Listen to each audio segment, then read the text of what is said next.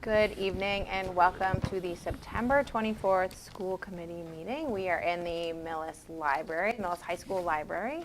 And I'm going to do a quick attendance here. I am here. Ms. Candace Ferry here. Mr. Conroy. Here. Ms. Gibbons is not with us today. Mr. Powers. Here. And we have Superintendent Malini and Director of our School Finances and Human Resources, Mr. Wiggin. This meeting is being recorded and can be viewed on Mondays at 7 p.m. on Comcast Channel 8 or Verizon Channel 37. All meeting videos are also posted on our website under School Committee. All videos are also available on YouTube. All of our school committee meeting minutes and agendas can be found on the school committee page of the Millis Public Schools website. People wishing to speak during open session must sign in before the meeting starts. Comments are not to exceed 3 minutes in time. Do we have anybody signed in? We do not. We do not. Okay. Skip all the rest then. No one is signed in for open session. So we are going to start with our student representative. Oh no, where's our underling? He couldn't make it tonight. Oh, okay. Unfortunately, he's coming next week though. Okay. And he might be all by himself. So. All right. Okay. He can do it. Yeah. All right. My name is Henry Kagan. And to start, it's college application season, or just starting. So with that, high school counselors, Mrs. Knobel and Mrs. Dunn, are coming to senior classrooms and helping them with the college application process. And in addition to that, college representatives are coming back to the school to speak to students. And they come every Tuesday and Thursday during lunch. And today the colleges were Fairfield University and Dean College. More in-school stuff. Student Council will be hosting a school assembly tomorrow during the advisory period to share announcements and let clubs share announcements about new events that they have coming. And homecoming will be held on Friday, October 18th. The date is now confirmed in the high school gym. Following the homecoming football game, they'll be against Bellingham on Thursday, the 17th. And the pep rally will also be on the 17th.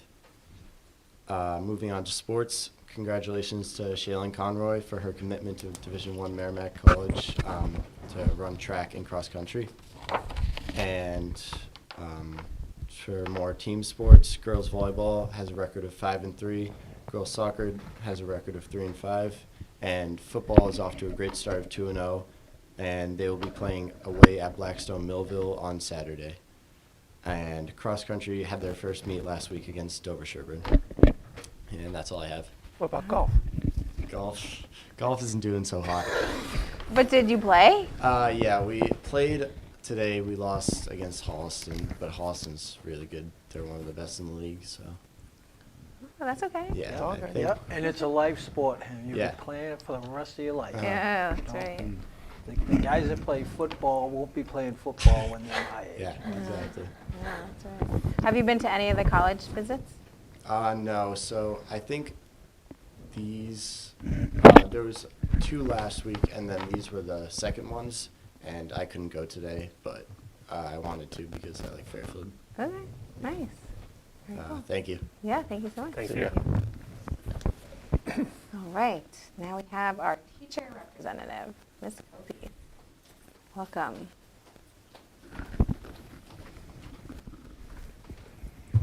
Hello. Hello. Sorry I missed you guys last time. It's okay. So, from the Clyde Brown would like to welcome their Spanish conversational assistant, Senorita Alba Garcia, from Isla Cristina, Spain, to the immersion classes.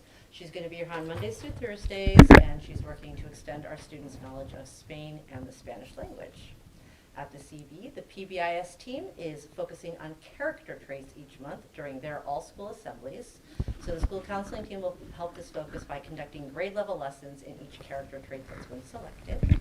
And the CFB was awarded a communication board through the Doug Flutie Jr. Foundation to be placed on the preschool playground. Oh. That's exciting. All right, at the middle school, on September 20th, the middle school, just last Friday, welcomed Megan E. Freedom, the author of Alone, to the whole school summer reading book to speak to each middle school class about her novels and the writing process. The students were excited to meet and greet the author and get their books signed. So a big thank you to Merit for sponsoring this event for us. In some grade level fun news, 6th grade social studies have been learning about the Earth's history. And in ELA, they're reading Call It Courage by Armstrong Perry. Spanish grade 6 students are performing skits they have written. I'm assuming they're in Spanish. In grade 7 social studies, they are finishing up their geography skills. In grade 7 math, we are finally subtracting and adding in negative and positive numbers. I actually saw that happening at Turp lunch for grade 7-8 today. We had a little math session during lunch. It wasn't just, talking about dance. Grade 7 Spanish is learning how to describe their classes in school schedules, I apologize. Grade 8 Spanish immersion is currently reading 48 horas. I don't speak Spanish, I'm a little French, which is about a girl named Sonia who travels to the Galapagos Islands to study the diverse wildlife, which is kind of a fun follow-up. Grade 8 English students are completing reflections, and in grade 8 math, they are working with coordinate planes. I know we're all in this. At the high school, Mike Carter would like us to know it is banned books week, so you can see the caution tape over there behind you. So there are displays on the whiteboard outside the library entrance, the display wall, and the circulation desk. Talitha Fuller is presenting a passion project she made last year in library's RAP class, W-R-A-P, on banned books to Miss Robinson's 6th grade classes. So project she did last year, she gets to present this year. We have a congratulations going out to seniors Andrew Fiala and Vera Medvedeva for achieving a score of 5 on the AP Mobile CSP exam, the highest grade possible, so congrats to them. The Millis Drama Club has held their auditions for Pygmalion that they are doing this fall, which is the libretto version of My Fair Lady, and they have just started their rehearsals this week. Opening night will be November 22nd. I'd be remiss if I didn't mention Nutcracker has started into full swing this week. We heard it last week. The music is playing through the hallways at all hours of the day. Mr. Nash doesn't quite know what he's gotten himself in for yet. But we've had a really positive response. Parents have been super positive this year, and I'm really excited. It's going to be the 17th year this year, I believe. So it's kind of fun. So that is what I have. Any questions or things I want more information on? Great, thank you. Thank you. Thanks, Stephanie.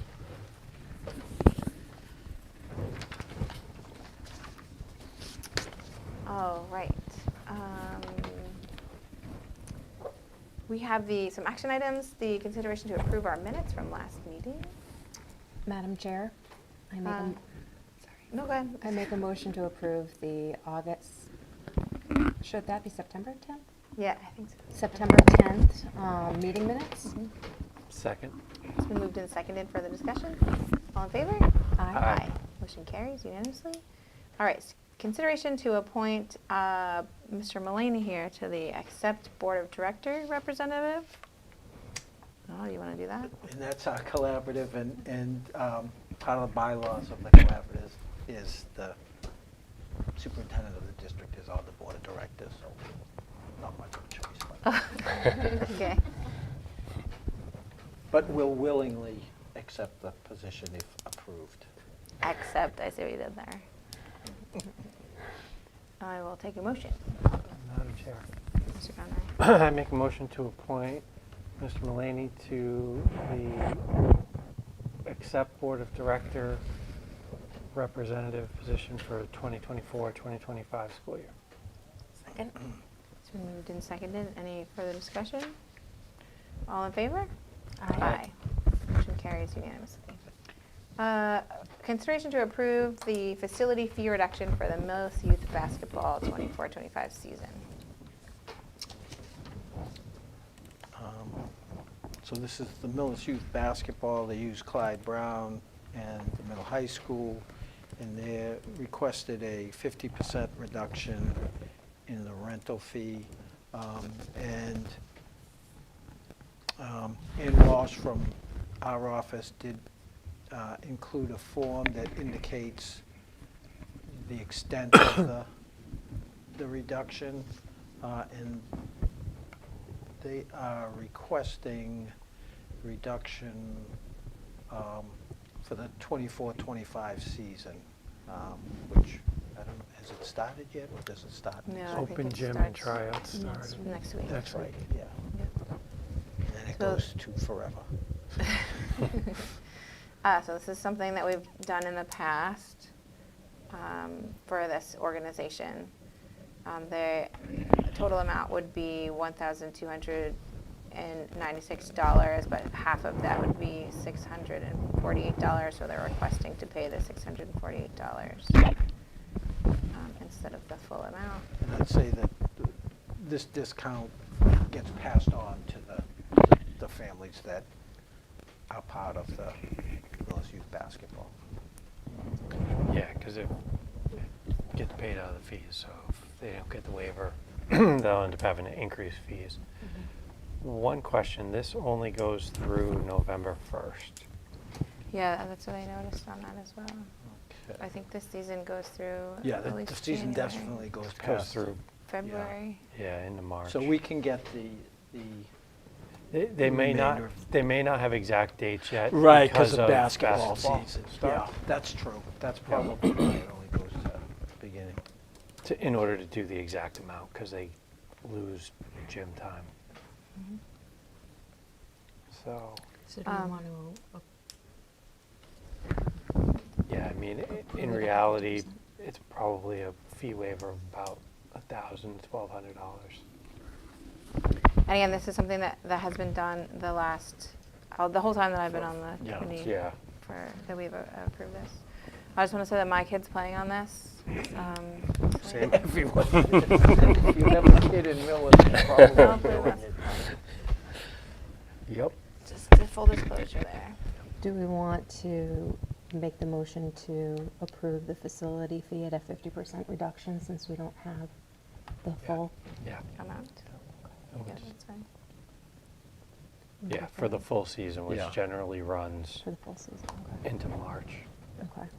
Right, and their request was for the whole season, yeah. Right.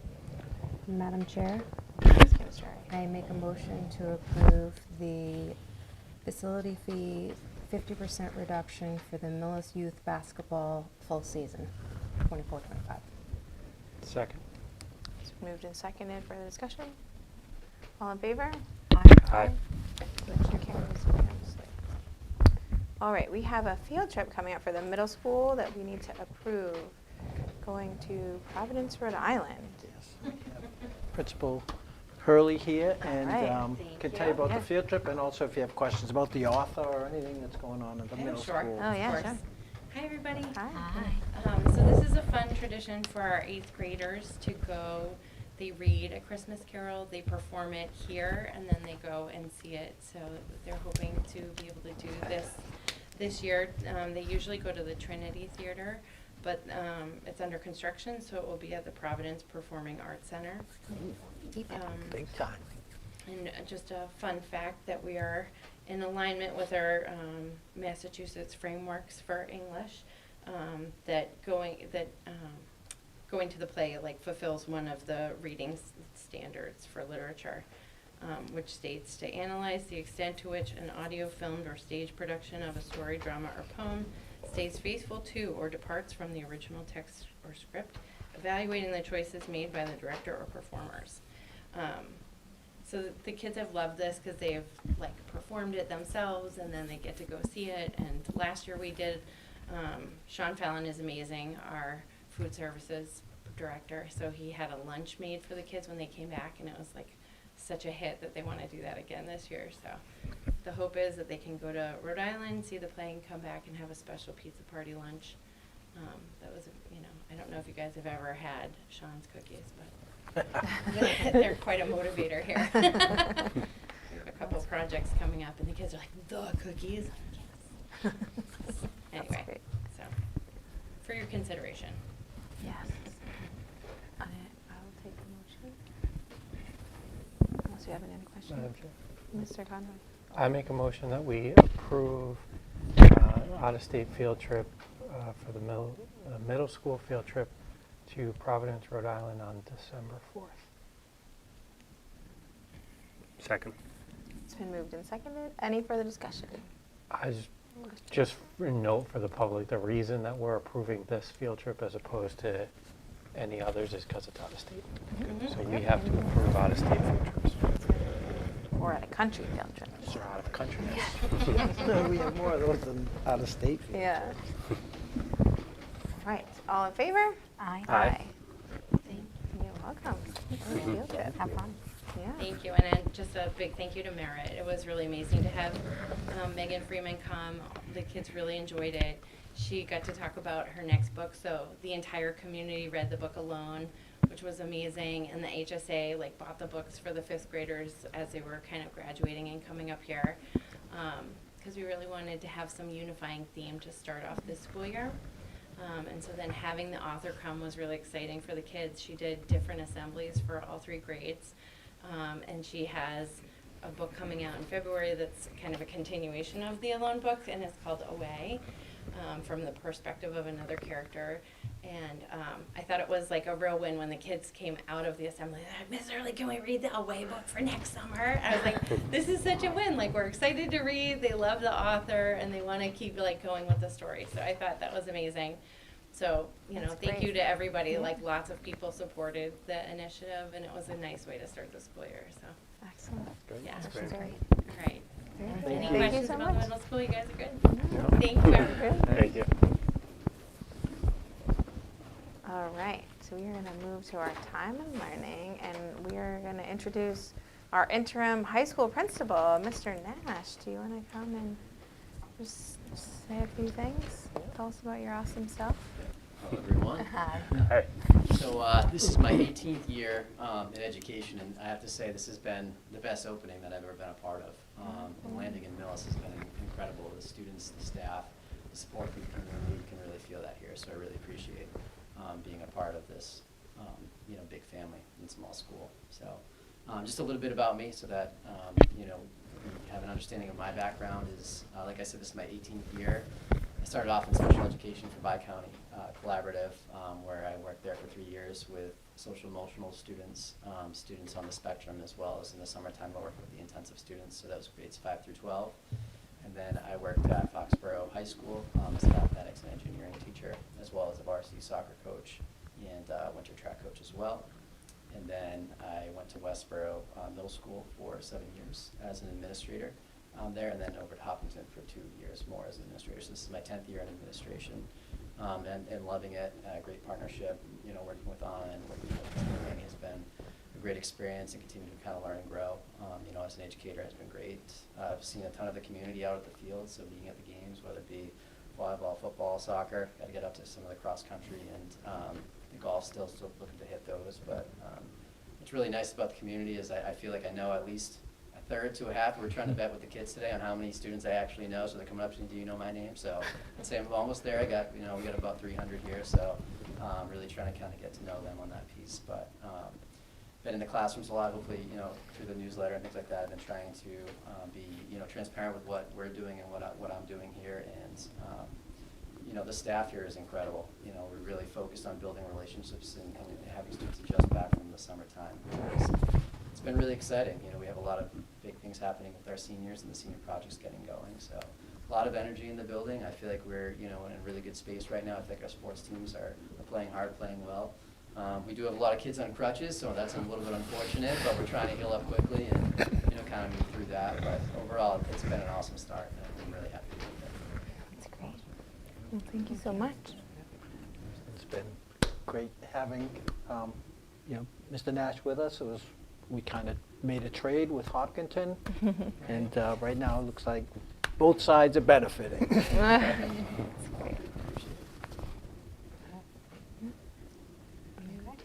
Yeah, thank you so much. Thank you Yes, very much. Thank you. Nice to And meet you. Thank you for Mr. coming. Nash will be here next week, and Ms. Hurley will be here next meeting for the school improvement plan. Oh, So yeah, you okay. can mark that Excellent. on your calendar. Perfect. Thank you. All right, now we're going to move into the strategic plan. Yes. So I have some slides. Let's get this going here.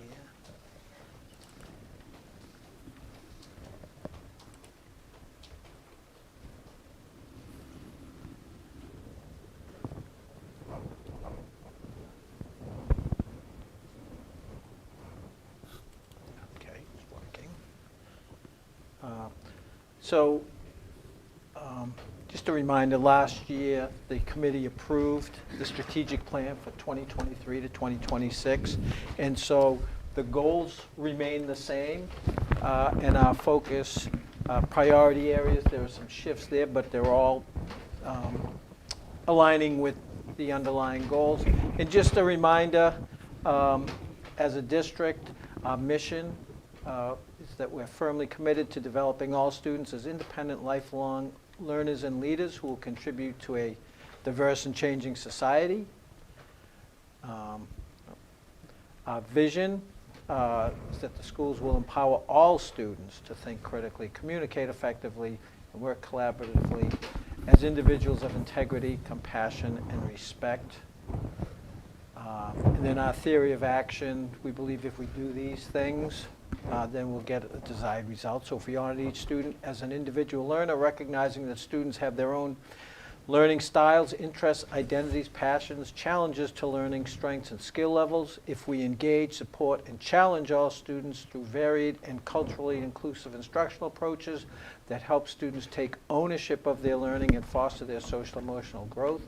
And if we afford students voice, choice, and flexibility in how they learn and allow students to demonstrate their understanding in various ways, then we will, then our students will become the independent, lifelong learners and leaders who will positively change and contribute to a diverse and ever-changing society, the type of people we want them to be.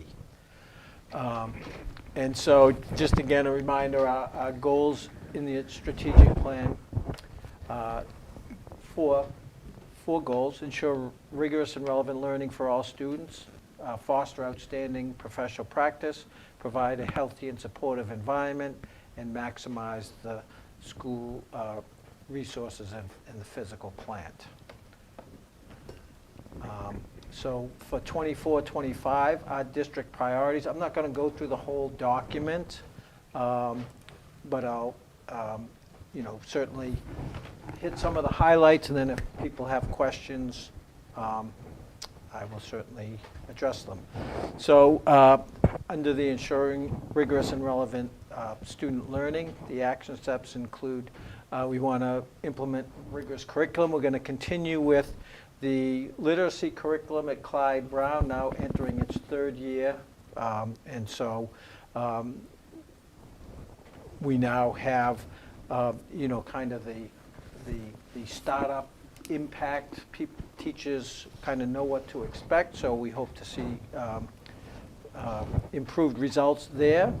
We're completing the alignment of the math curriculum at the high school with the senior math courses going into effect. At the middle school, they're looking at implementing the essential skills of the vision of a graduate from the high school down at the middle school level: communication, collaboration, critical thinking, and character. The middle school is going to continue to use the power learning time, the PLT time, to support interventions, enrichment, and real-world learning experiences. And with some of the cuts we've had, that becomes more important than ever to try and provide some of the supports that kids aren't getting because we don't have some of the important interventionists and staff that we had last year to help fill those gaps. At the curriculum level, we're looking to develop a master plan for curriculum reviews. At the high school, they're looking at, you may recall last year, a group of high school teachers and the principal went up to Maine to a school in Portland that had a real world learning based curriculum. And so they went up and they observed that, and one of the things they pulled back was some ideas about having high school students experience deeper learning and a level of interest. So they're looking to have some teachers pilot that, where a teacher would lead kids in an area of interest for like a week, and probably looking around the time of Martin Luther King week, just after the holidays. when before there's any MCAS or things like that, or SATs at the high school, to pilot some intensive. That would be voluntary for kids if they had an interest. So we're looking to pilot that this year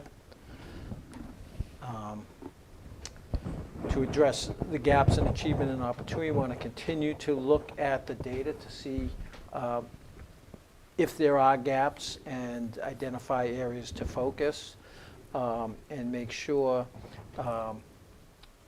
using some of the inclusion practices from that grant and the co-teaching practices we've been working on from that grant to get more of that involved in the classrooms.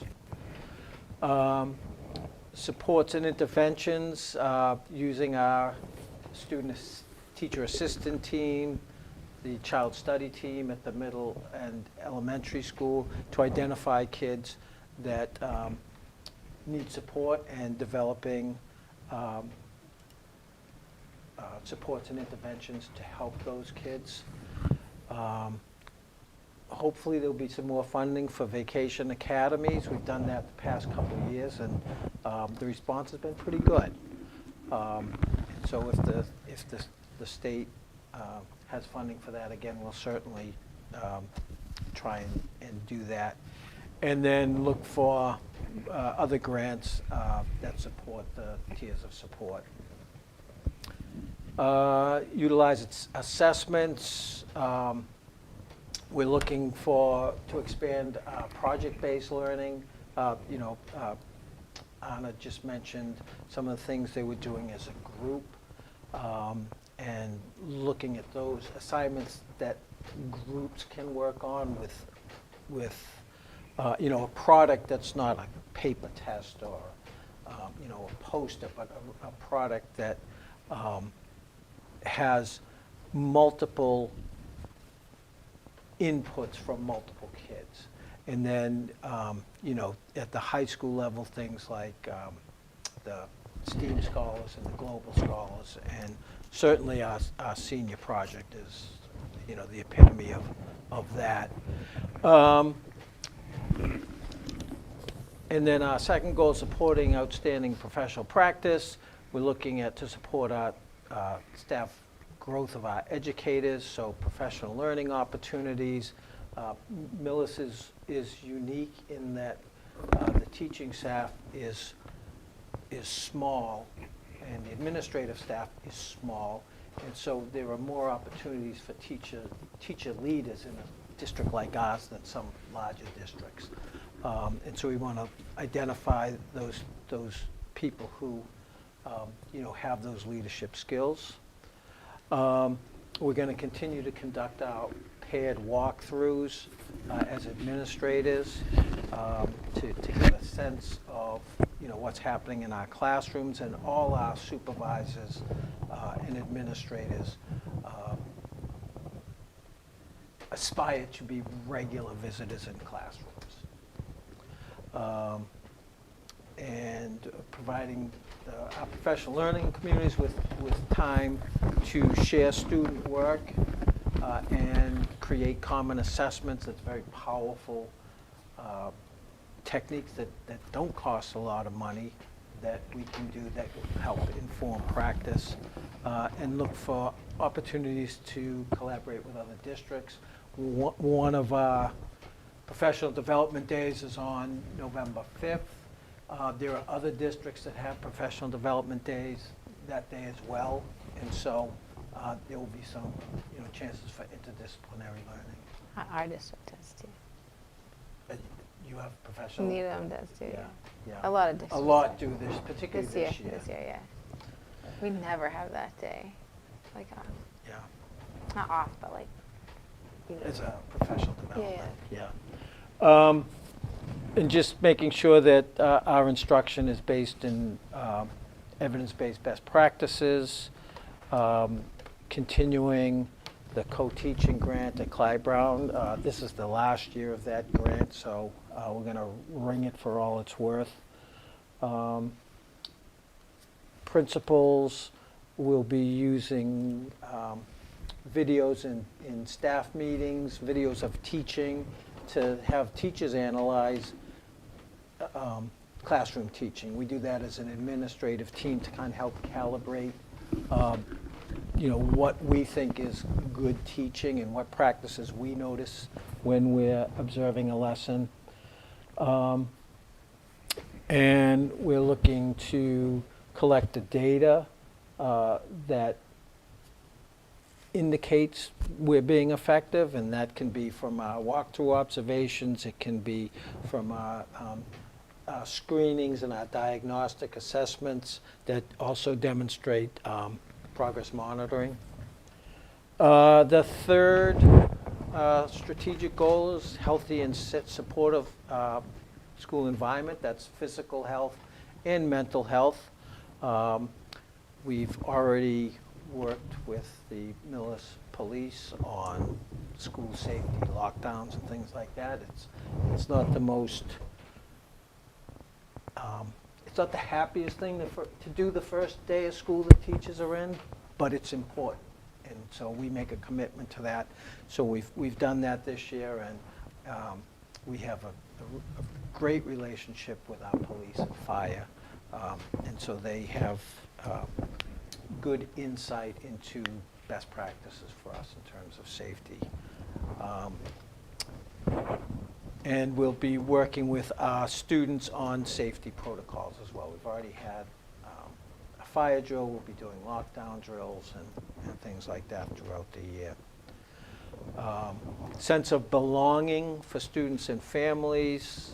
Again, and Mr. Nash mentioned it, the idea of forming relationships, knowing your students, and knowing the diverse backgrounds of your students is important to understand where they are and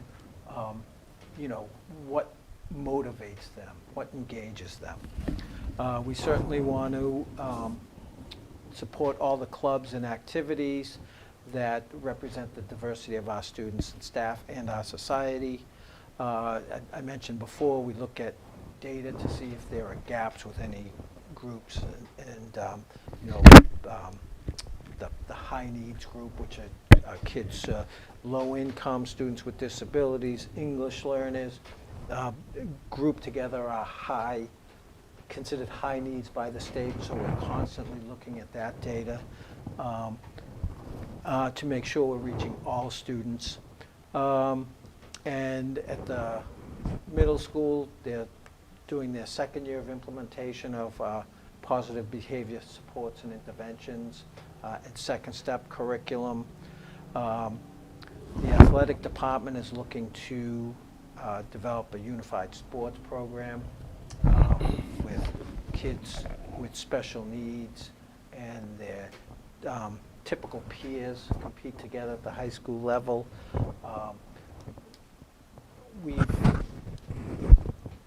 The population of kids we have right now isn't big enough to have like a unified basketball team like some schools do, but Mr. Finney's looking into things like bocce and things like that. And of course we have the Special Olympics every year. Last year we hosted and it was fantastic, and we'll be sending kids, I think, next year, Mayfield. Chris Fogarty has done a lot of programs for the community over at the rec department. So maybe Mr. Finney could reach out to see if she's aware of the smaller type of sports activities that would be easier for them to do since it's a smaller group of children. That's a good point.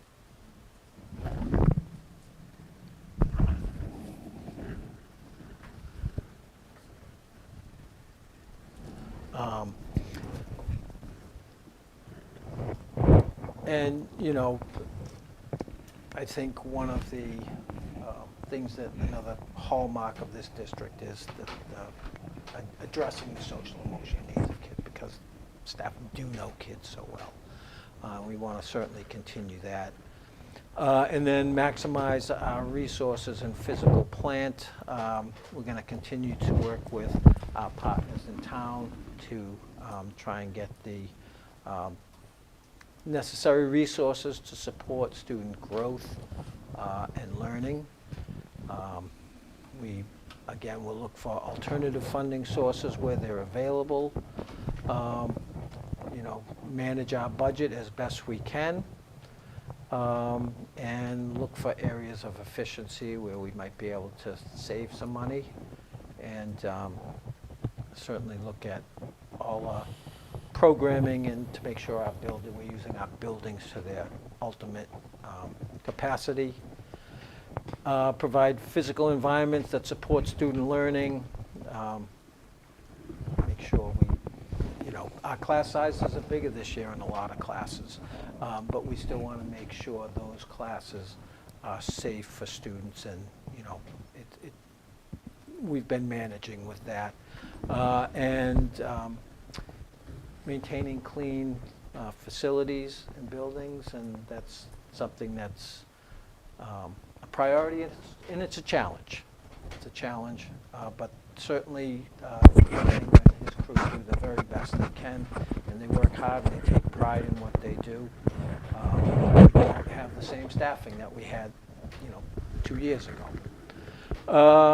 And then develop a long-term plan for upgrades and renovations to middle high school building and campus. Certainly the MSBA is a big part of our strategic plan moving forward. So those are some of the highlights of the action steps where you focusing on to support those goals from the strategic plan. It's a lot of goals you got. They're good though. Yeah. I mean, you can't have, having 50 goals is the same as having no goals. Right. So, we felt that when we developed the plan, 4 goals, a lot can fit under them. Mm-hmm. But, those are the things you want to focus on at the school level. I also have my goals for the year, which are part of the DESE requirements. The DESE requires me to submit district improvement goals, a student learning goal, and a professional practice goal. The district improvement goals are our priorities that we just went over. Our student learning goal, as I mentioned, this is the 3rd year of implementation of our literacy program at the K-5 level. And so the student learning goal I've selected this year is I'll work with the leadership team to monitor student growth and achievement in reading, writing, and language. We'll analyze all that data mentioned in the strategic plan to assess how our kids are doing with this new curriculum. We'll expand the inclusion model at Clyde Brown to increase services and supports within the general education classroom. Again, that's the grant we received. Utilize the DESE early warning system to identify kids who may be in need of additional supports. It's kind of another series of data points we can look at. Modify curriculum where necessary. After you go through it, I think your 3rd time around with a curriculum, you kind of realize, where you need to supplement and where you can kind of abridge some things and still get the same desired results. So now in our 3rd year, I think staff will have more of a handle on that. We want to provide our staff with time to consult, monitor the impact on technology in our literacy curriculum, and provide appropriate supports and interventions for identified students to move them towards grade level. And again, that last bullet is more of a challenge this year because instead of having 2 reading specialists, we have 1. And that 1 person can't do the work of 2 people. So there are situations like that we're dealing with right now. And then my professional practice goal, one of the big things to hit education in recent years is AI, artificial intelligence, and it changes by the minute. And so for my professional practice goal this year, I'm proposing to expand my understanding, to gain comprehensive knowledge of the applications that promote rigorous and engaging learning, support effective evaluation and assessment, and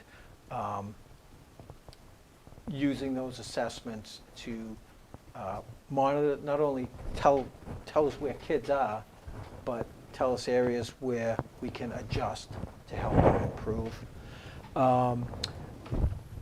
Ryan Kamiri, Director of Technology, has come up with a set of, kind of a pilot set of guidelines for AI use with, among teachers and staff. So we want to look at that and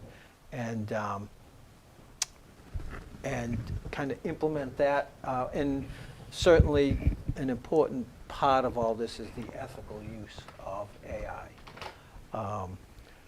Provide professional development to staff on the emerging AI tools, and we're going to start that at our October 11th Professional Development Day. Ryan's going to be, November 5th, teachers will have the opportunity to do work with Ryan on the different AI tools for educators and how to teach kids the responsible use of AI and the guidelines. And we have some tools here, most notably this software, I guess it is, this AI called Magic School. I don't know if you're familiar with it. Yeah. And it's a great tool because it has guardrails there for kids, so it can be utilized in a classroom. In some cases, it's almost like a class tutor, or an individual tutor for a kid. But we also have to teach the ethical use of it because kids can go home and use something other than Magic School. So we want to make sure we're teaching them the right way to utilize these tools. And provide the families and community with the information on AI. And later in October, we're going to be having a parents' night, probably over at Clyde Brown in the STEAM room. And if we have great attendance, we'll move it over to the cafeteria, but a parent informational night on AI.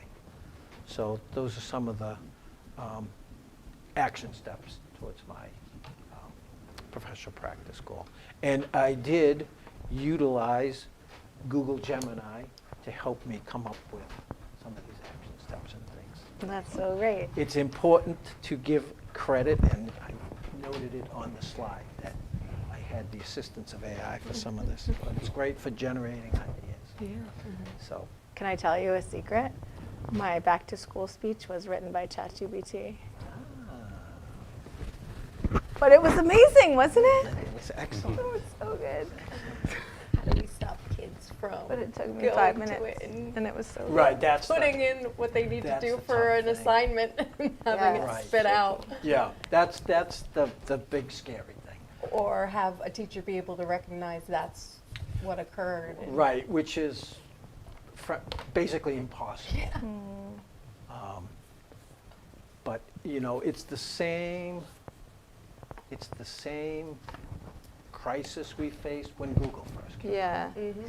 I do think that there's going to be some form of like, this is kind of off topic, but like how, like the next kind of job is like being able to input into that kind of program to get what you want. Like that's half the problem I find with kids The Googling it. prompt Like they writing. don't know what to write in the Google to get the information that they want. I'm like, well, you need to try these words instead of these words. So the prompt writing is like going to be really important to get the things that they need done right. So that's sort of how you could tell is like the prompts that they put in like aren't 100% accurate. In my experience, this is what I'm seeing.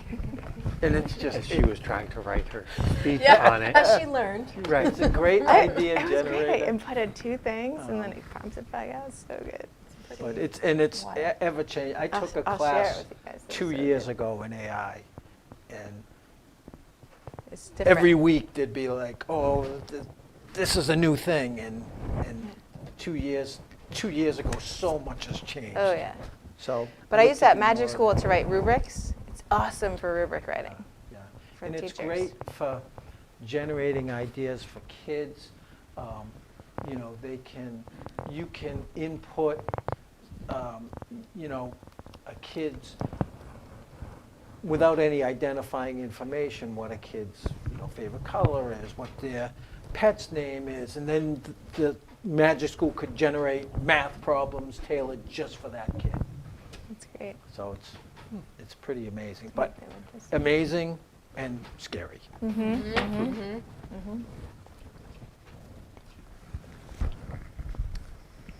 Oh, back to me. Let's see. All right. Now we are done with the strategic plan. We're going to move on to the MSBA update. You guys had a meeting last week?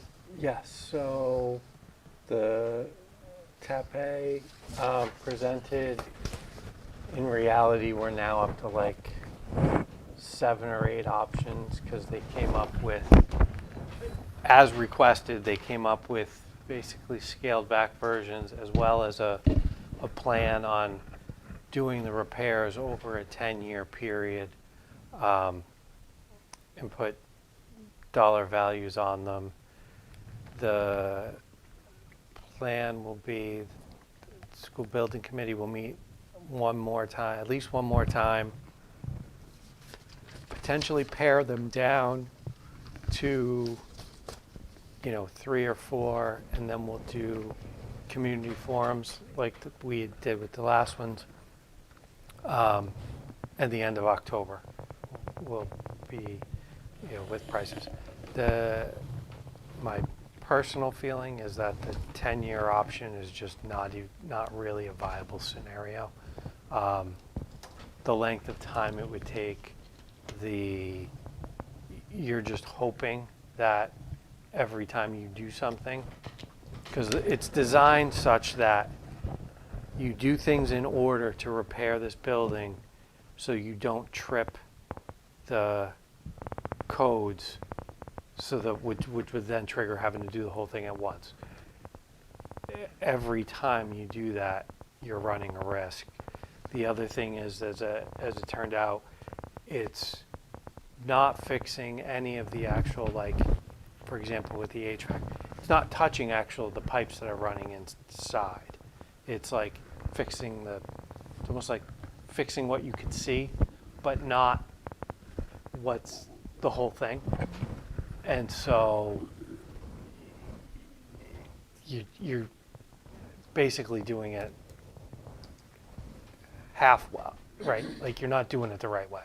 And if you were to do it the right way, you'd end up tripping the codes, and really it's a true renovation of everything, which is a lot like what we had built originally, which is the renovation. Like, so the cost of doing nothing, you know, because again, the 10-year plan, there's no state money coming with it. There's also questions as to whether there'd be any state money that would come with any of renovation only option, because it would be doing nothing to help the education plan. And so the state puts a high priority on construction that helps facilitate the education plan. So, more ago, the reality is we're probably looking at something similar to what we looked at before as truly being the most viable.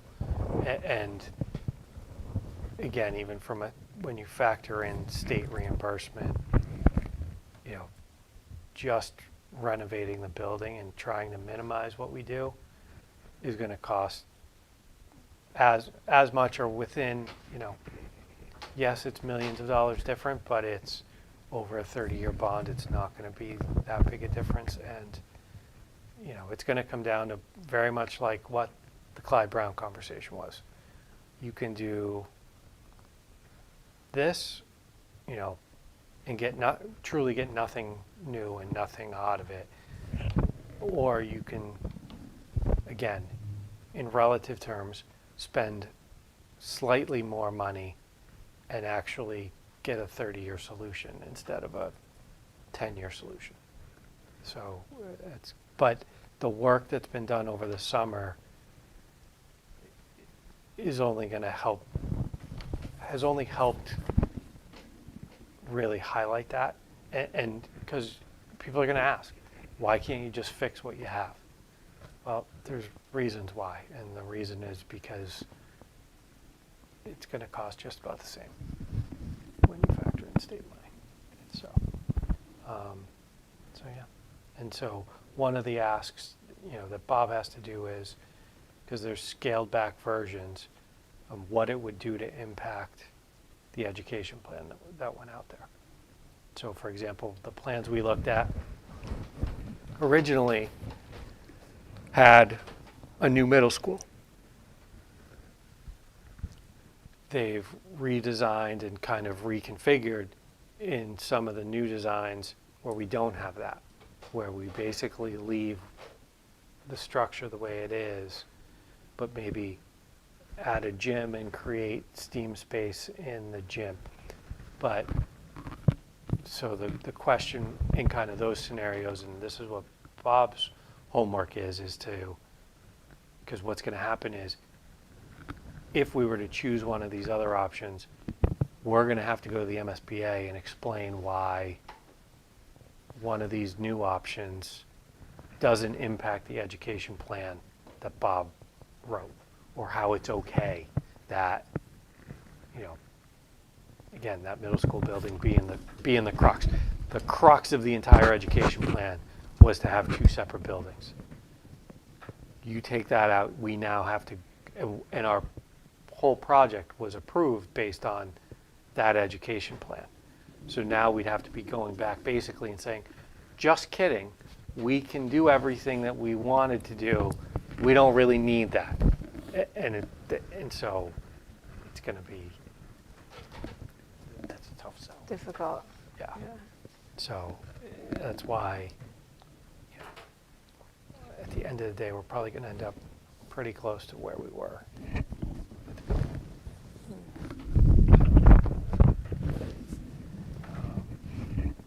But yeah, so it'll be the end of October, designs, go to the MSBA, and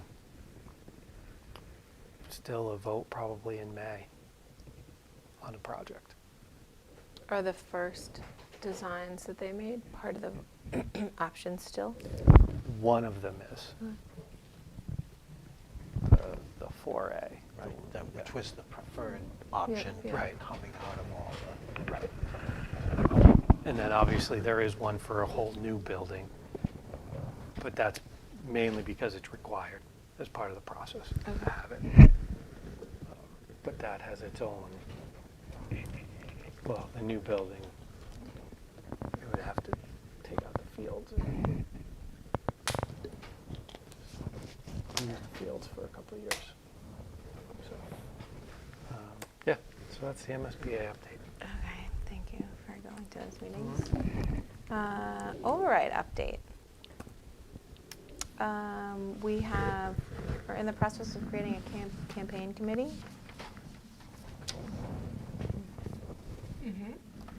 And we are looking for any volunteers that would like to help us promote the override. We're going to be chatting about this a little bit more in depth and looking for folks that want to help us get the information out. After our meeting, we're going to have a working session to talk more about that and recruitment and things that we're going to be doing to help support that.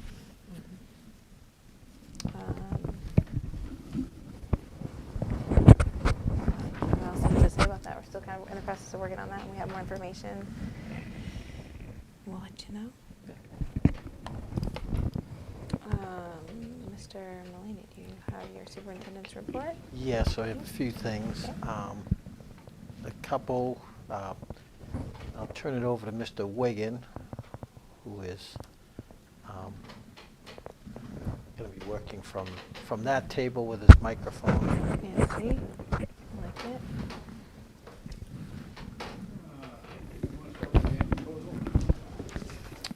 Sure, the capital improvement, yeah. So, normally in the past, and at another time we can get into why, you haven't seen a full capital plan for a couple of years, but this year it really became evident that if we were going to propose something for capital requests, that what we really needed to do is we desperately need vans. And you had two things in your packet. One, you had an updated listing of the vehicles that we have. Our big fleet, our yellow buses, if you will, are in pretty good shape right now. That's great. For the most part, with I think one exception, they're all within 10 years old. That's where a fleet ought to be. And again, I think there's one exception to that, but we've worked very hard to get there. Our vans, on the other hand, the vast majority of the vans are over 100,000 miles. I think there's a fairly significant number that are over 130,000 miles, as I recall. More than that, we, I think now 2 years ago, had one that was totaled in an accident, so we're down a van, in addition to having several high-mileage vans. We desperately need to replace at least one van. It would really be nice if we could replace more, and I say that it would be desperately nice if we could replace more for a couple of reasons. One, simply because it would be nice to get the fleet younger. Another reason is that if possible, it would be nice to get the fleet to be hybrid, if we could, and begin to move towards that goal.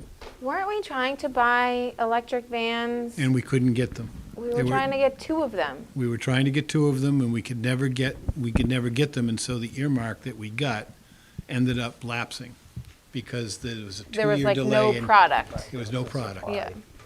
There was only one electric van on the market well, it's actually 2. There was a Mercedes, and there was a Chrysler product, and neither van was available to us in a timely fashion.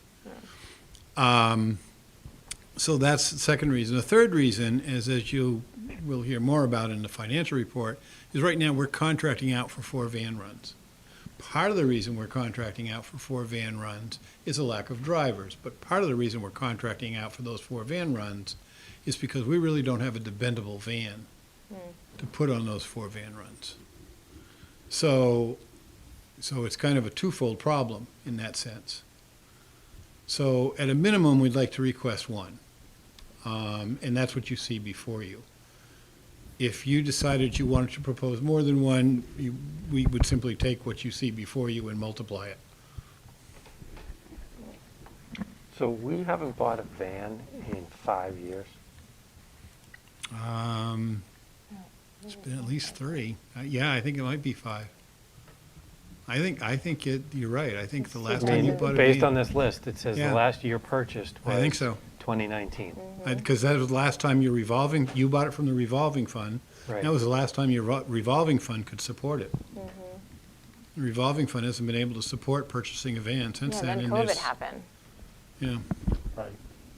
Yeah, I do. Actually, I think it was just before COVID, right? And we haven't. 2014. So we haven't had a vehicle purchased from a warrant. Well, that's a school bus, though.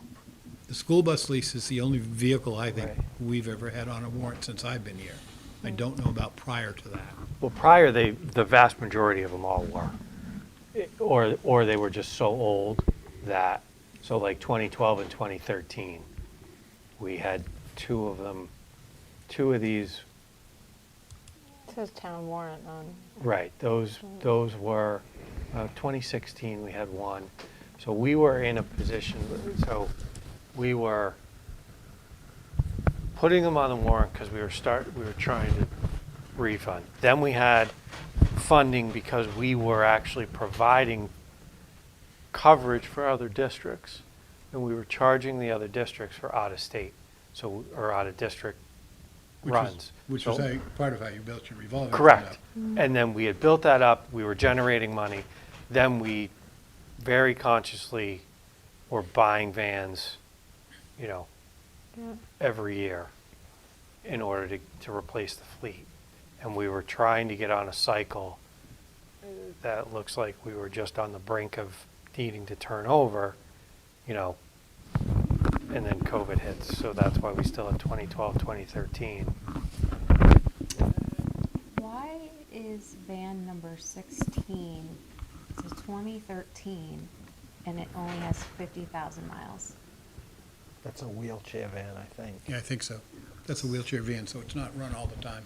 So we wouldn't be able to use it if Well- the wheelchair part isn't required?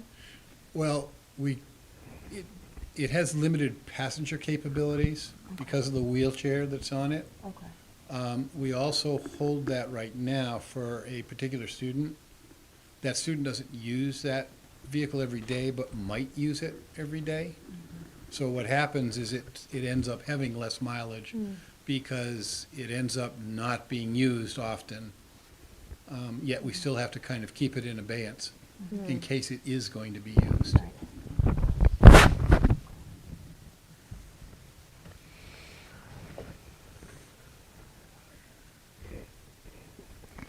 And then there's a car from 1997 that maintenance is using. Yep. That one's Tractor. actually gone to a good purpose. The Ford 250. The Ford 250 has gone to a good purpose. The fire department made use of it. Oh, they took This it? past weekend. Oh, okay. There are 3 vehicles we had that basically were not roadworthy anymore. Okay. And the fire department took them and made use of them in training. Good. We thought that was an excellent way to Yes. use them. Yeah. I think at least one of them, we didn't even know where the title was anymore. So when the chief came up with that idea, we thought that was just wonderful. That's great. Perfect. So, So which van are you looking to replace? Well, typically speaking, we look at the highest mileage one. Yeah. I would probably consult a little bit with Sandy because we also might look and see which one is trending to the highest. Yeah. Um, Like van 7 is 152,000 miles. Yeah. And another thing that comes into play is because they're all high mileage, we've been putting money into them. Yeah. And so, like, for example, there's one, we just put a new transmission in, Oh, gosh. all right, to the tune of $6,000. So if one of our higher mileage ones that I might normally replace, I just put a new transmission in, I probably am not going to replace that one. Yeah. Sure, for sure. Because I just invested $6,000 in it. I'm Right. going to probably move on to a different one. Right. do you know Yeah. which one off the top of your head? Do you know? I don't know off the top Okay. of my head. So again, for purposes of, well, I guess, for purposes of requesting, and just looking at age but I guess, I'm thinking we should ask for 2 at least. Mm-hmm. Um, Well, the 2 that we were gonna replace that we couldn't get. Because I think, I mean, the reality is we're going to need to start getting it on a cycle and getting them paid for via capital funding in the warrant articles because we don't have the revolving funds. We don't have the operating budget. I mean, we reached the point where we were paying some out of the operating budget because we had transportation revolving, and we can't do that anymore. So I think we probably should put 2 on for this year and hope between the fall and the spring we get both of them. And I think we need to add kind of to the town's capital plan, you know, 2 vans a year and get back on that, because we used to put an article up for 2 vans every year. And that's just how they got, but there was never free cash to do it. So you know, which is why, you know, so few of these were funded on warrant articles. One, we had the funding ourselves, and 2, free cash wasn't available, so we were just doing it on our own. Well, and again, this fall, there's a fair amount of free cash, as I understand it, Correct. and some of that free cash, quite frankly, was generated by us So when, indirectly, so. if it goes on to the warrant, do we put information in there as to how the vans are used, how we are required to provide transportation? Yeah, we for- provide, Yeah. typically speaking, there's a member of the finance committee who will make the motion, and then that member will then follow up by giving a rather detailed explanation usually. Yes. And then usually what happens is whoever the member is will contact, generally me, and will get a lot of the detail. Okay, good. That goes into that explanation. So, Yes. sometimes they get enough from the meetings that we have with them, but, you know, a lot of times they'll give me a phone call and they'll say, hey, I didn't understand this piece of it, could you explain it to me again? And it goes into their explanation of why they're making the motion. And we have good luck with that. We have a good relationship with the members of the committee. But this won't go on as a warrant by itself.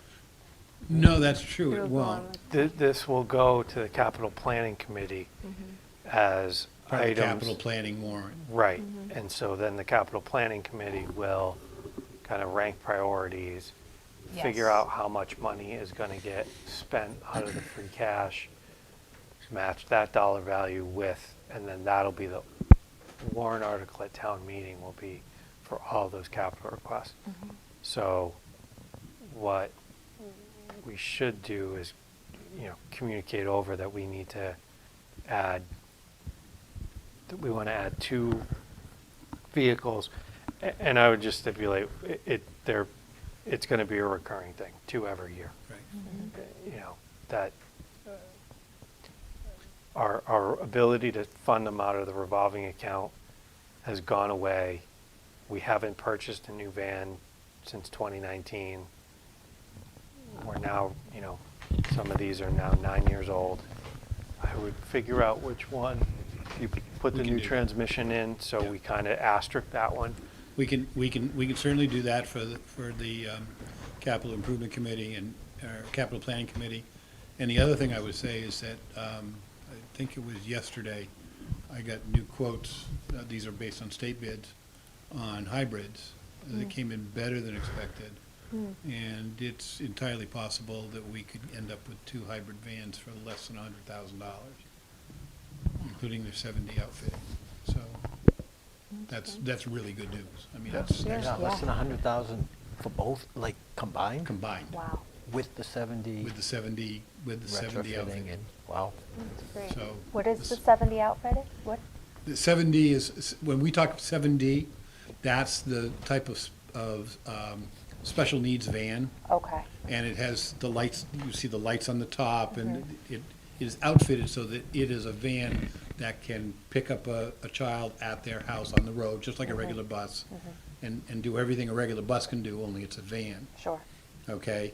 And there are certain things that it has to be outfitted with, not just the lights and various safety devices, but it also has, we put a radio in it, of course, those types of things. So this would include all of those outfitting. Okay. Thank you for the explanation.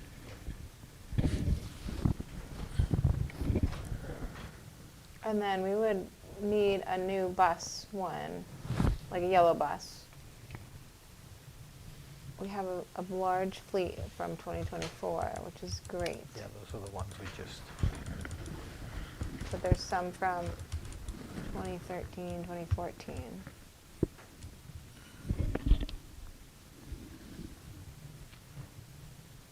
What, in 2 years, us for another bus?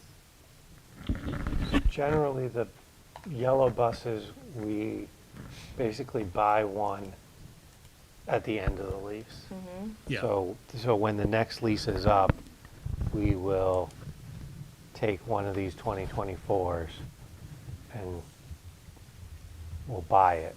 So then Right. that will replace one of the other ones that we currently own. Now, I will tell you, the way we wrote this lease was a little different. Yeah. We wrote this lease so that you have the option to buy all 5 of these buses if you wish to, Hmm. for $1. You don't have to, but you can. Because we knew we wanted to try and again, keep that fleet more modern, so yeah. And then you would have a new lease, and that's when, You go back I to agree, the that's when the capital fund. 2014 would come off. That one did not bother us particularly, only because if you look at the mileage on Yeah, that so bus. low, Right. so low mileage. Yeah, the mileage on that bus, a big bus, a big yellow school bus is one of the safest vehicles in the world. You've heard me say that before.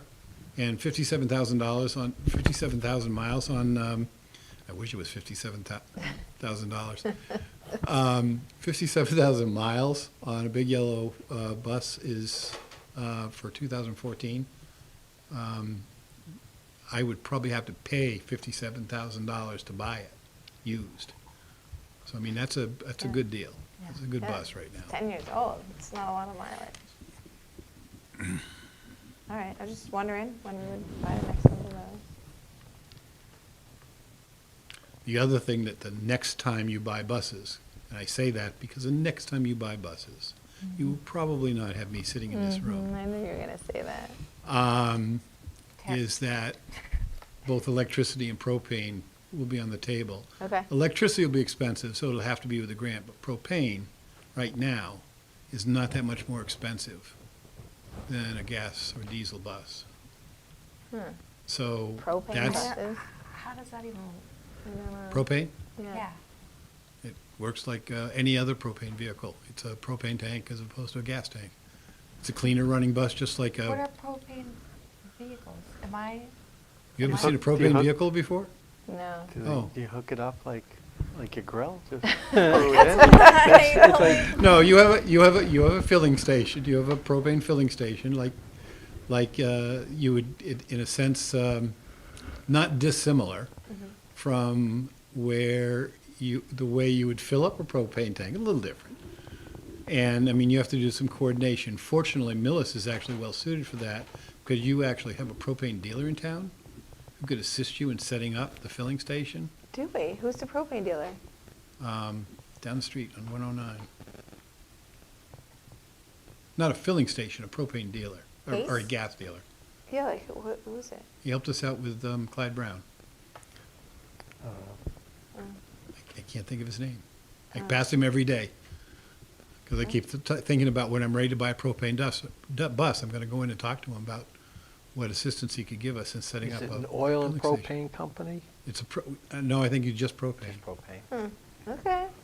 I am so confused about what car is If- driving if on the you- road that's propane. Like, if you've ever seen a forklift, Yeah, a forklift lot would of be a those good are example. propane. Every It forklift looks like I've they ever have a seen is keg on the propane. back of them. Oh. Yeah. I don't see think the that buses often. have like the keg on the back.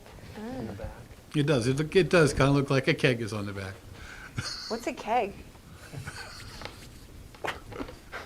We can't talk about that in these meetings. Too late. But it's very clean running, and just like the reason we want to have, natural gas to run a school. It's very clean running. So, something to think about when you think about it and I'm gone. Can you put it in all of your notes that you're going to be so kind as to put together for us? I put together that many notes, it's going to be a book. Start now? Start your book. You'll want to wait for the movie to come out, trust me.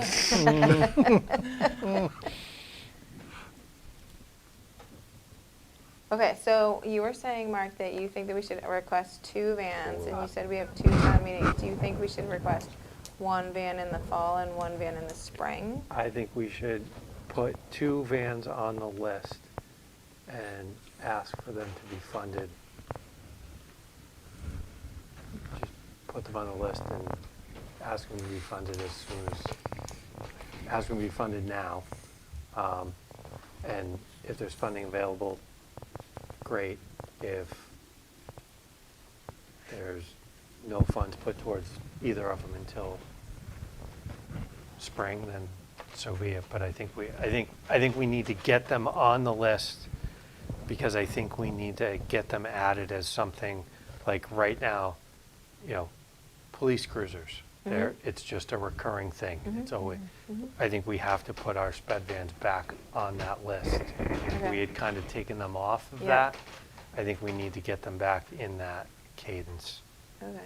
So. Can you provide the cost of them so that we can add it to the list so that we know what we're requesting? Essentially, it's going to be double what you see before you now.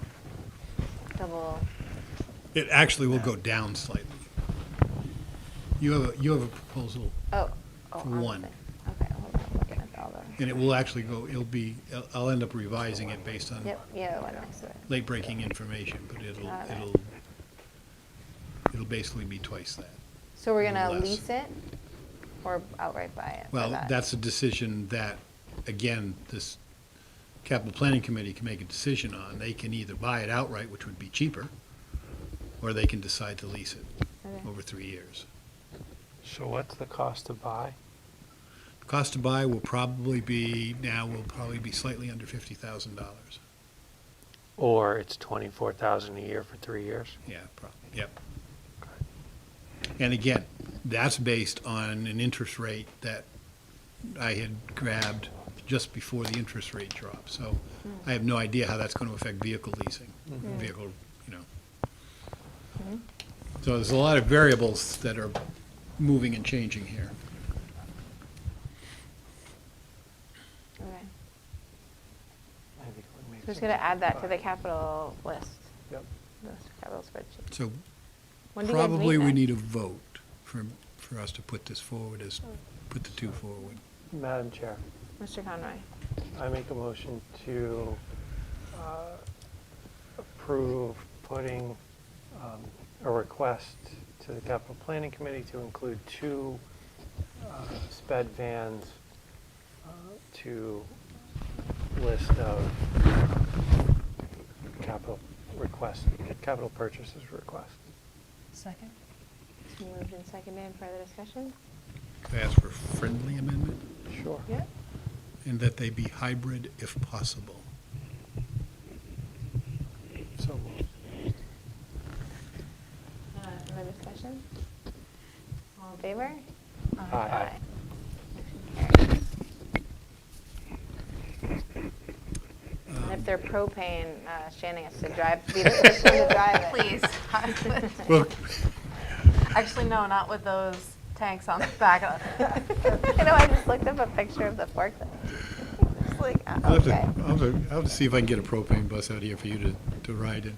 Yeah, maybe the next meeting we'll go on a little Do they have excursion. like 2 hoses sticking out? One drives the car, one can be hooked up to the grill, so you can like grill That's right. while you're. You can grill while you're driving. Yeah.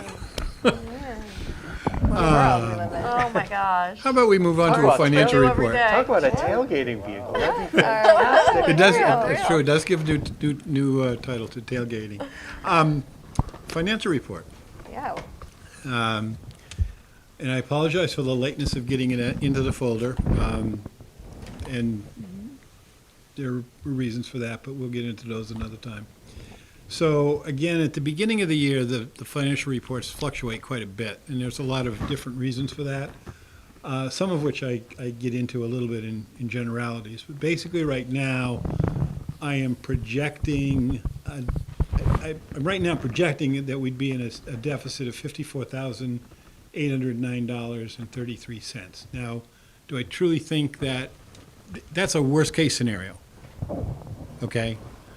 That's the worst-case scenario. Do I think that over the course of the year, I'm going to be able to make that ground up? Yes. Do I think that we're going to end up in a positive scenario of, huge dollars? No. Because we just don't have the flexibility in this budget that we've had in past budgets, because we cut everything to set ourselves up for an override, which we didn't get. And even if we did get that override, that was for staffing. That did nothing for, the reduced electricity budget, or the reduced heating budget, or the reduced supply budget, or I could go on and on and on. So there just isn't the flexibility in this budget that have sometimes existed because, for example, we had a good winter and we ended up saving money on heating. So there are some things that have happened that have, kind of become clearer to us, and I mentioned one of them already. We've had to contract out 4 van routes. That's $174,000. That was not budgeted. So that's a situation that exists in this budget. We have had a situation where we needed additional RBTs, paraprofessionals. We didn't have them. We had to contract out for those people. That's expensive. It's far more expensive than hiring our own people, but we didn't have them. So that's a budgeted expense. There are some other contracted services that simply arose because of needs in student services. And again, not anticipated in the budget. So that's something that has affected things. And again, I make mention of the fact that, we set up this budget, we start budgeting 18 months in advance of its end. We pass a budget about 14 months before it's going to end. So there's a lot of crystal ball gazing that happens for you all, and stuff happens. Ideally, budgets, and not just school budgets, town budgets, any kind of governmental budget would have contingencies in it. But it's hard to do that in a time when people are justifiably concerned about, how much money they have to pay in taxes. So, what can I say? Would it be easier if I had a little bit of money that was a reserve? Yes. Do I understand why I don't have it? Yes. Does that mean that it's going to be a difficult budget to administer? Yes. So on that note, I'll answer any questions anybody has. Terry, the contracted routes, is that because we have students who were previously not going out of district, now out of district, and we have to provide the transportation? In at least 2 and I think 3 of the cases, yes. I'm not sure about the 4th case.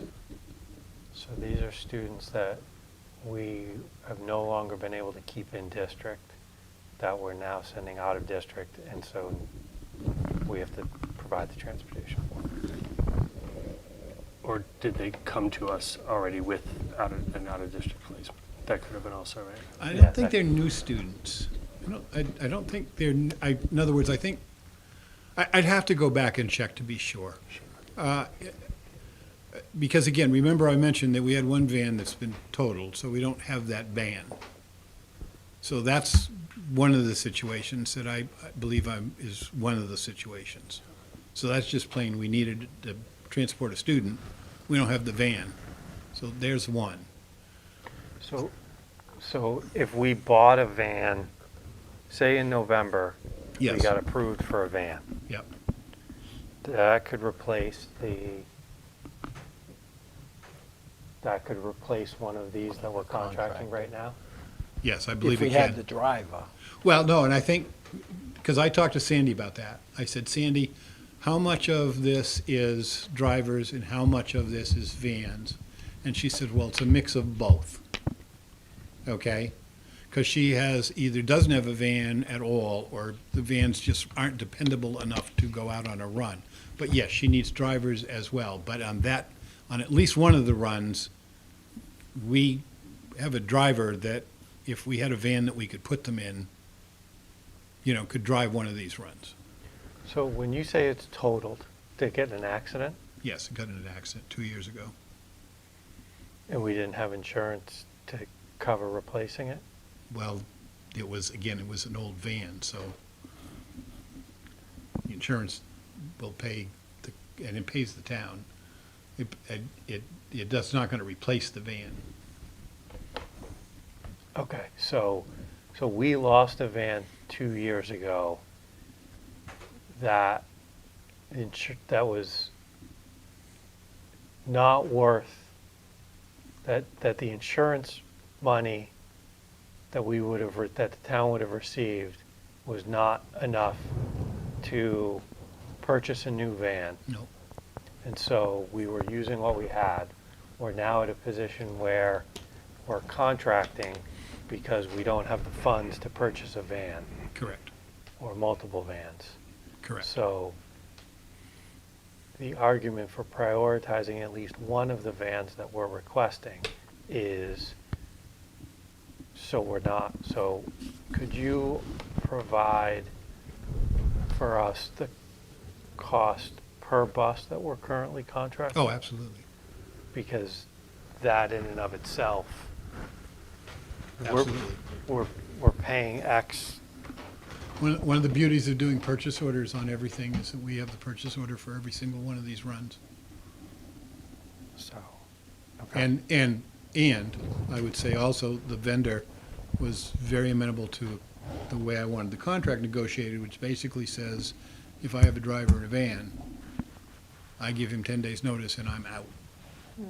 So I can take over the run. That's great. Yeah, so if you could provide We us absolutely can provide that. With the- I'll look all that up again cost, tomorrow. cost per van that we're contracting. Yep. You're meeting with FinCom tomorrow night, right? Mhm. Yep, I can get that to you.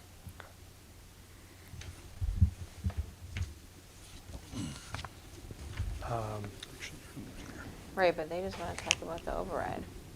Oh, it said override and capital Oh, okay, requests. okay. But this,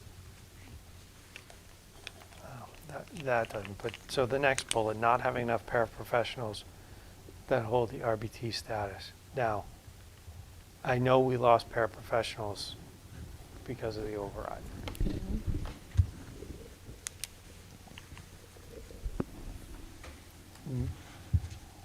If you can't get this answer for tomorrow, that's fine, because I want the right answer. I don't want an answer in 24 hours, just because we're trying to answer a question.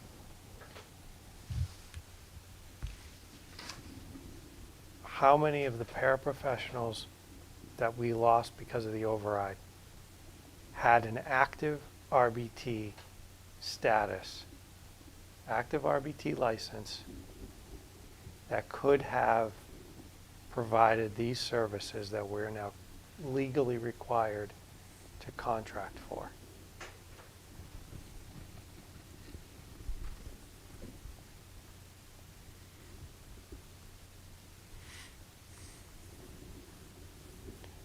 And I'd be interested in the contract rate versus salary rate or salary and benefits.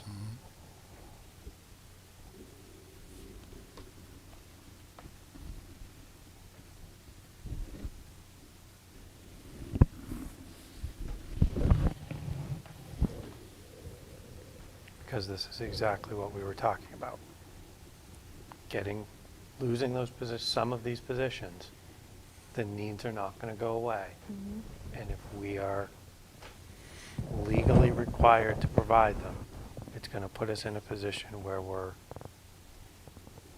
paying more than we could, and the increased need is going to put us in a position now. I'm confident that we're not going to run a deficit, but the implications of having to pay these higher things throughout the year runs us the risk of having to make further reductions in order to compensate it. Do we have drivers waiting that we just don't have vehicles for? Or drivers that we've turned away because we don't have a vehicle for them to drive? Because you said a combination of drivers and vans. So We we get a have- van, will we have a driver, I guess? We have at least one situation like that. I won't say we have four. Okay. We have at least one. We also have drivers, I guess, that right now are, and I want to be careful how I say this. Sure. They're legitimately functioning as monitors. They would like to train as drivers. But we don't really have a van to put them in. So we haven't gone through that process. Sure. Because we don't have a van to put them in. Right, so if we get 2 vans, we'll have 2 Yeah, drivers. because I have, again, we are blessed in Millis in that we have not 1, but 2 certified driver trainers. So training drivers is not a problem for Millis. In fact, we train for other districts, and we do charge when we do that. But if we don't have someplace to put somebody, Right, no, sure. yeah, I it was becomes just- frustrating for them, and they can't Yeah. Sure. do that work. So if we get the warrant and get the vans, we'll have drivers for the vans? Yes. Got it.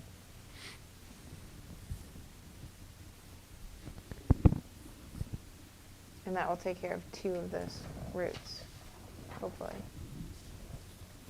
Okay.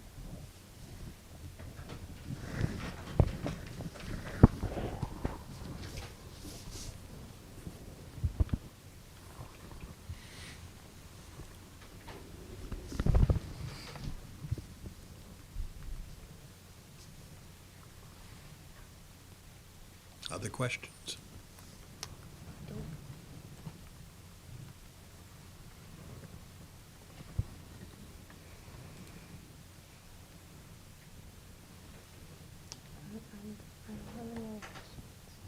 You good? Good. Okay. And then I have a couple of things. Yeah. Kind of late breakers.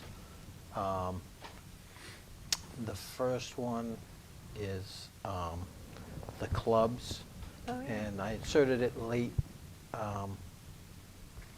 but there's a memo that lists all the clubs. You may remember last meeting we had. No, I Henry quizzed was poor talking Henry. about- Yeah, He's like, we "I were don't know." talking about the clubs. And so we have a list of those clubs.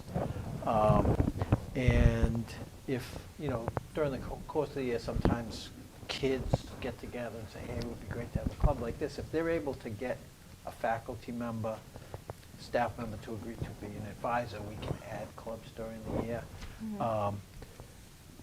But we'd like to bring these clubs to you and submit them for your approval. And I think you can see, as Henry mentioned a couple of weeks ago, there's a wide variety of clubs.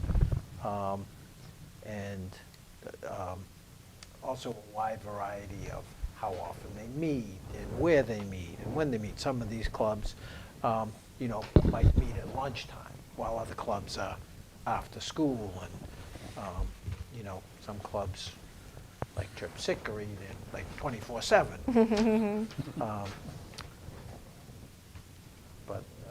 So I've included that list for your perusal.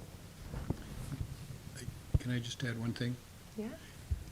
At some point in time, we actually need you to take a motion to approve them.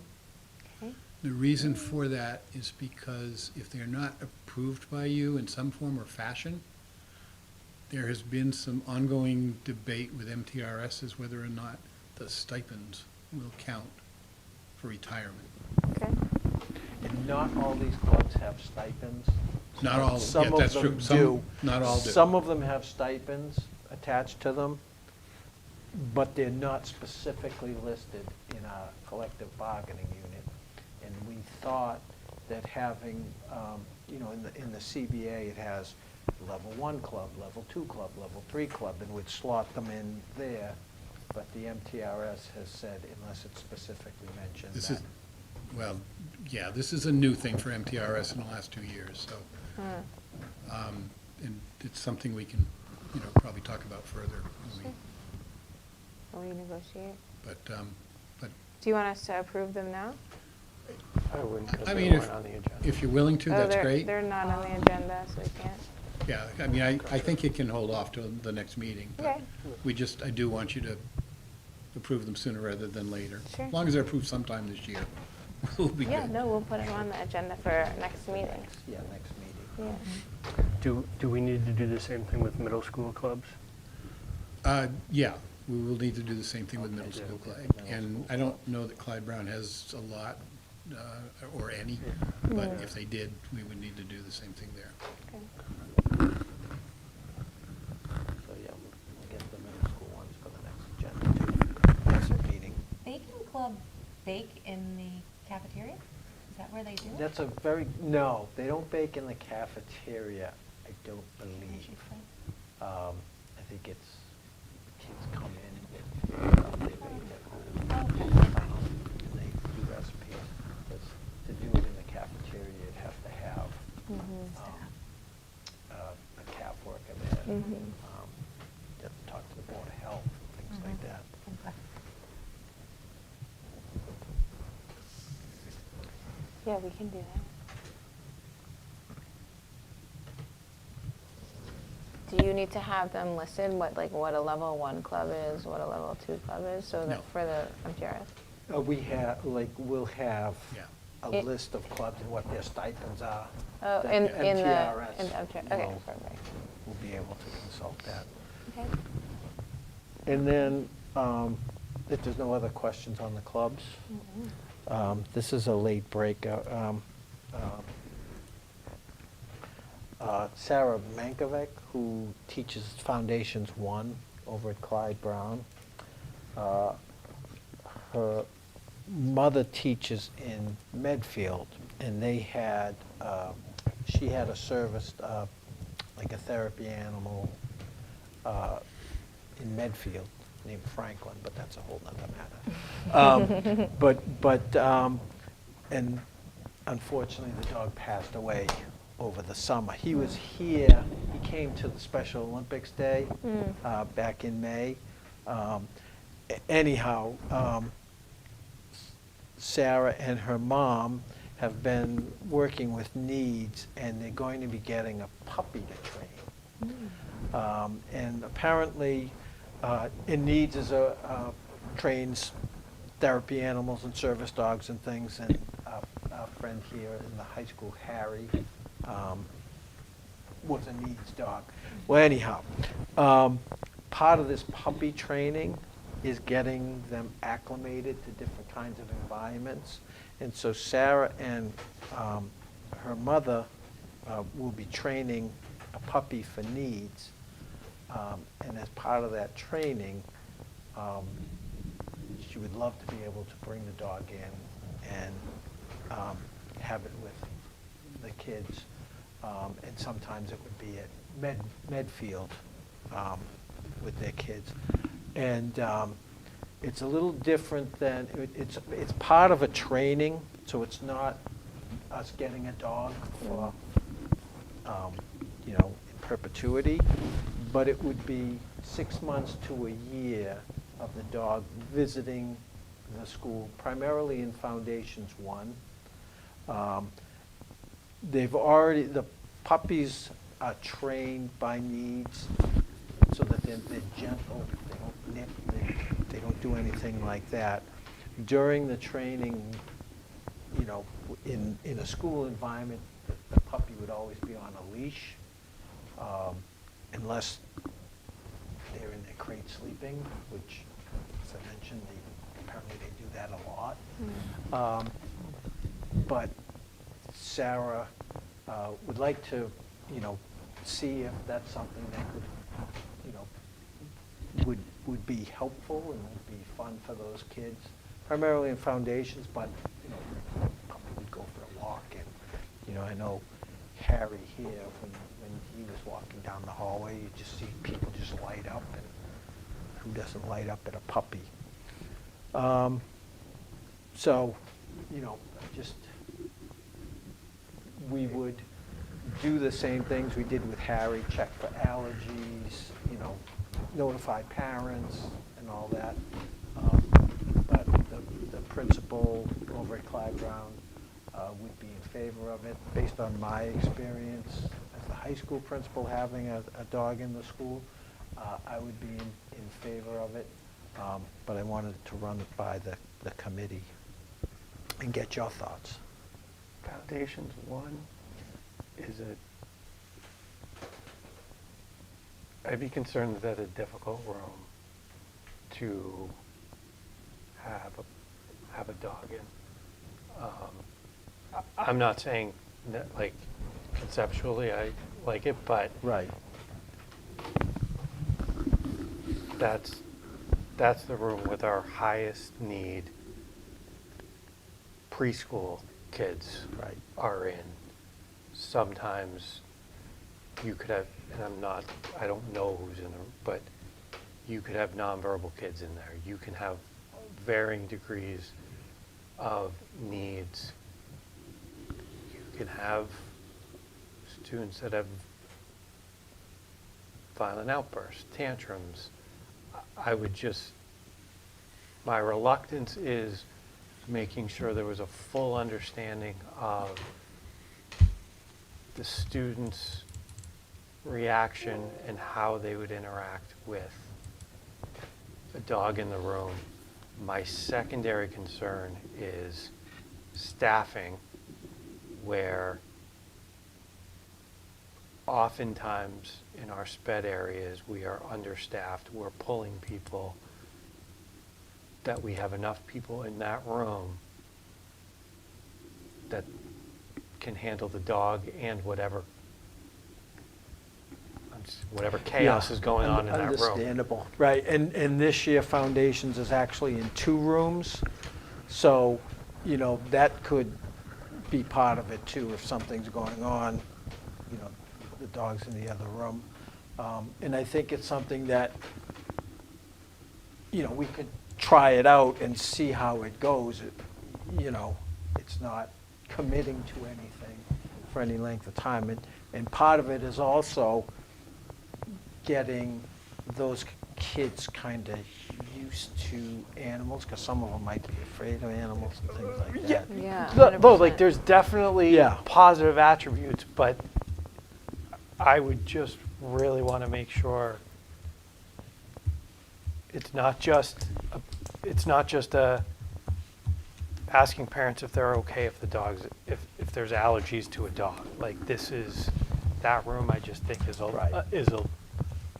Right. And in it's a different fact- ballgame. It's Yeah, and- significantly different than a high school, middle school, or even if they were just in an elementary. If they were going to walk around grades 1 through 5 over there, this is just a different world. How many kids are in the foundations? Depending on the time of day, I think 12. Is it something, I don't know if we would do this, but send an online form online to families Yeah, to ask questions about their children's reactions to animals and just to Yeah, that would gather be a more big info? part of it, connecting, and it would probably be more the teacher talking to the families and seeing their comfort level and what they'd be, if they have concerns, what those concerns would be.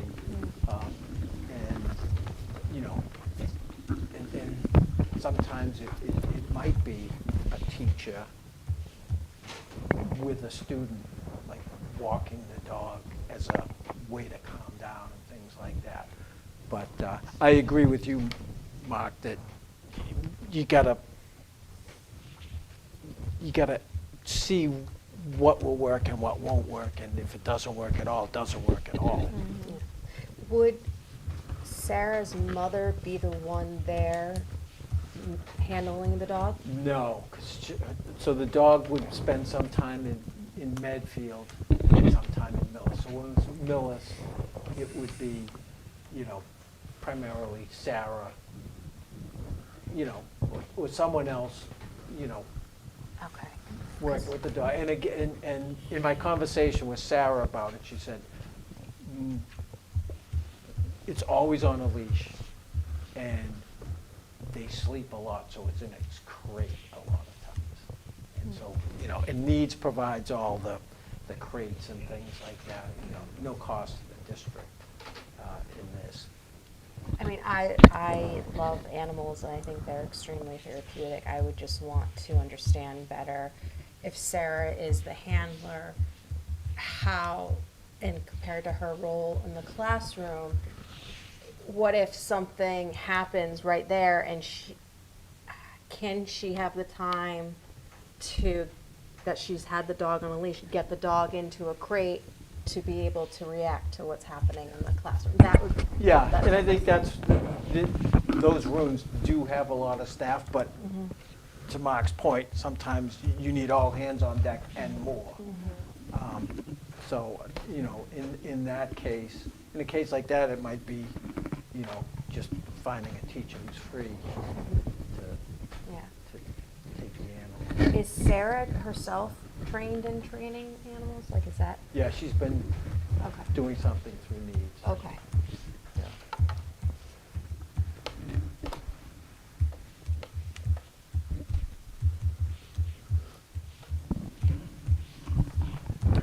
Do you need anything else from us on that, or No, I think, you know, just, food for thought? you know, we'll, you know, kind of Play it by ear?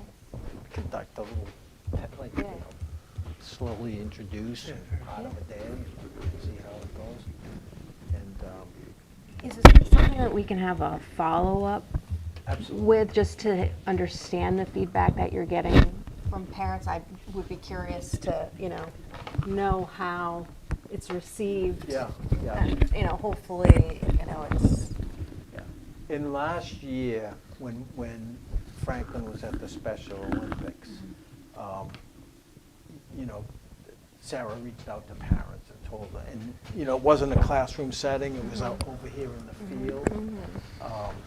But, you know, obviously the kids loved it. Yeah. And I know, like, Chief Sophia has brought his dog over, and, for, like, and kids from, you know, the foundations to grade 5, have, you know, interacted with the dog. So. But it is certainly, the priority in the room is the kids, Yeah, for not sure. the puppies. Yeah. For sure.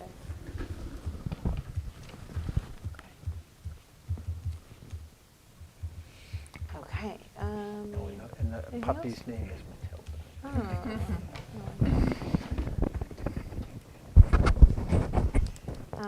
Okay, so do we have any correspondence? Other than the big books you got. Oh, yeah, we got these nice Mass General Laws for school committee.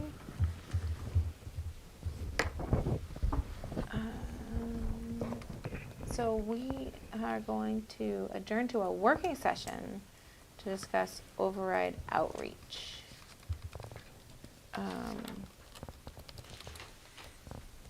And then from there, we're going to move into an executive session to discuss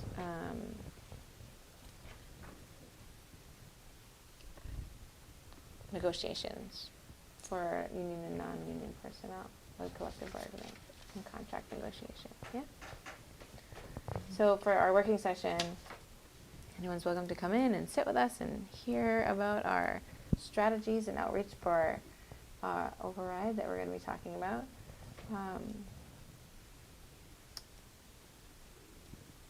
Do we need a motion for that? Or just No. That's- nothing, we're just going to get started? Okay.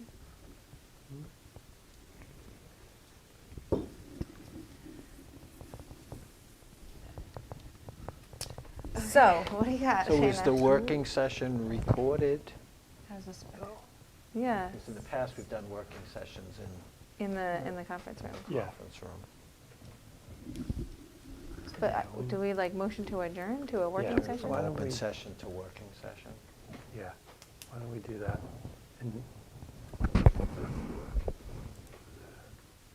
And we talked about, I'm a little cautious on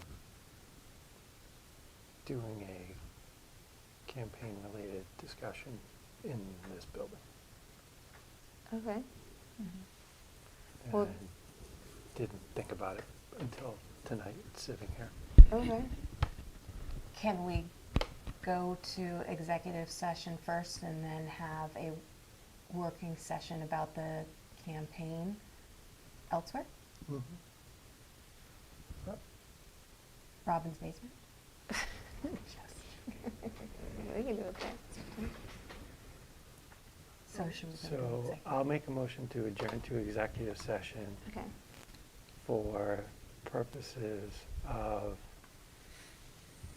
to conduct strategy sessions in preparation for negotiations with non-union personnel, and conduct collective bargaining sessions or contract negotiations with non-union personnel for upcoming contract negotiation sessions, even today. Second?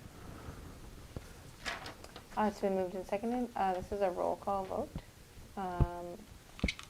Mr. Conroy? Aye. I'm an aye. Mr. Powers? Aye. Sorry. Aye. All right, we are adjourned to our executive session, and then we are gonna have our working session. We're not sure where we're gonna have it though, at this point. And the To be next- determined.